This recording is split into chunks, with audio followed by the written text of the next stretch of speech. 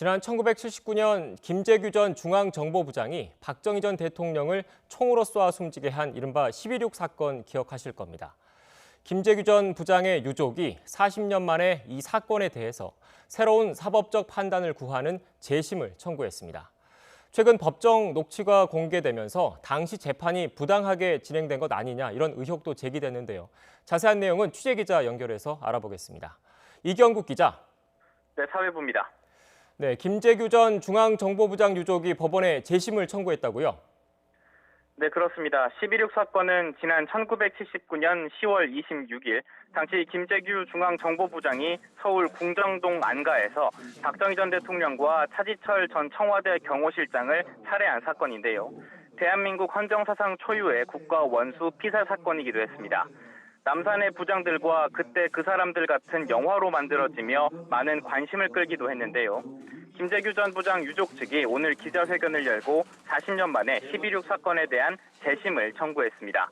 김 전 부장은 사건 다음 날 체포돼 내란 목적 살인 혐의 등으로 기소됐고 6개월 뒤 사형에 처해졌는데요. 유족 측이 이에 대해 새로운 사법적 판단을 구하고 나선 겁니다.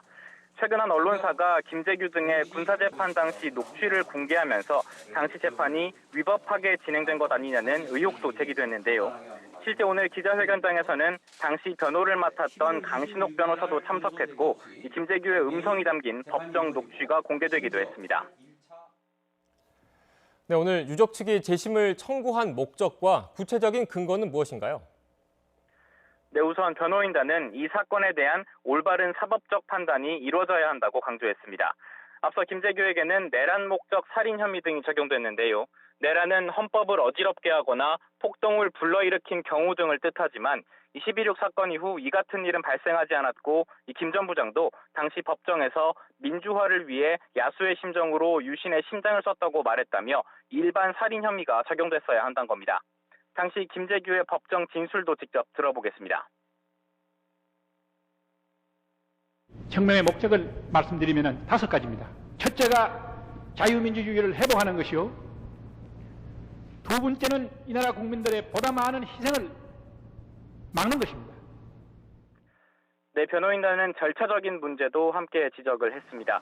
김재규의 1심 재판 개시로부터 16일 만에 1심 선고가 내려지는 등 속전속결로 재판이 진행된 데다 최근 공개된 녹취를 통해 보안사령부가 법정 뒤에서 몰래 녹음을 하며 쪽지를 보내 재판에 개입한 정황 등도 발견됐다고 설명했습니다.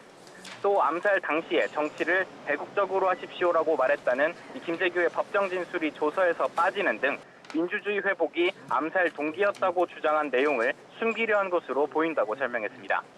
변호인단은 이 같은 올바른 사법적 판단을 거쳐서 11.6 사건에 대해 제대로 된 역사적 평가가 이루어져야 한다고도 덧붙였습니다. 유족 역시 재심을 통해 11.6과 김재규라는 인물에 대한 역사적 논의의 수준이 진화하고 도약하는 계기가 되길 바란다고 말했습니다. 서울고등법원은 재심 청구를 형사부에 배당한 뒤 형사소송법에 규정된 재심 이유를 토대로 개시 여부를 결정할 예정입니다. 지금까지 사회부에서 전해드렸습니다.